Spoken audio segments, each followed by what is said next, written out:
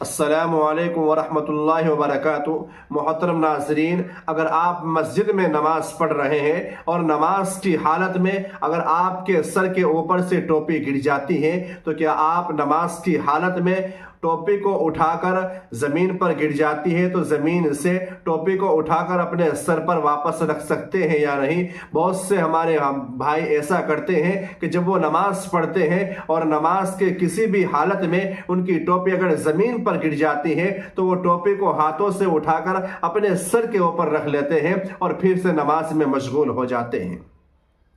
تو دو حالتیں ایسی ہیں کہ ان دونوں حالتوں میں اگر ٹوپی زمین پر گر جائے تو اگر ٹوپی کو اٹھاتے ہیں تو اس صورت میں نماز مکروہ ہو جاتی ہے، یعنی ٹوپی کو ان دونوں حالت میں سر پر اٹھا کر نہیں رکھنا چاہیے۔ وہ کون کون سی حالتیں ہیں ان کو جان لیتے ہیں۔ سب سے پہلے قیام کی حالت ہے، یعنی آپ نے اللہ اکبر کہہ کر نیت باندھ رکھی ہے، آپ ثنا پڑھ رہے ہیں یا سورہ فاتحہ پڑھ رہے ہیں یا اس کے علاوہ آپ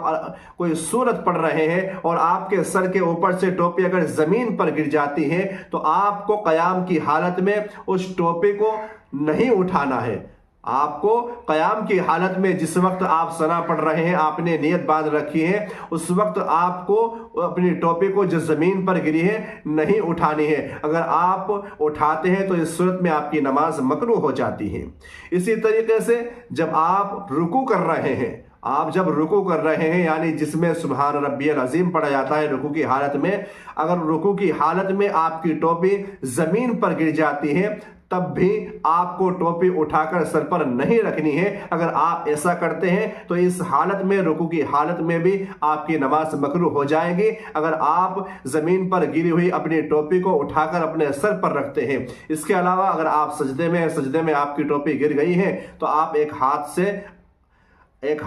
آہستہ سے ٹوپی کو اپنے سر پر رکھ سکتے ہیں، لیکن قیام کی حالت میں، رکوع کی حالت میں ٹوپی کو اپنے سر پر نہیں رکھ سکتے ہیں۔ اگر آپ کی ٹوپی گر جاتی ہے اور آپ اٹھا کر کے پھر دوبارہ اپنے سر کے اوپر قیام کے رکوع کی حالت میں رکھتے ہیں تو اس صورت میں آپ کی نماز مکروہ ہو جاتی ہے، آپ کی نماز میں ثواب کی کمی ہو جاتی ہے۔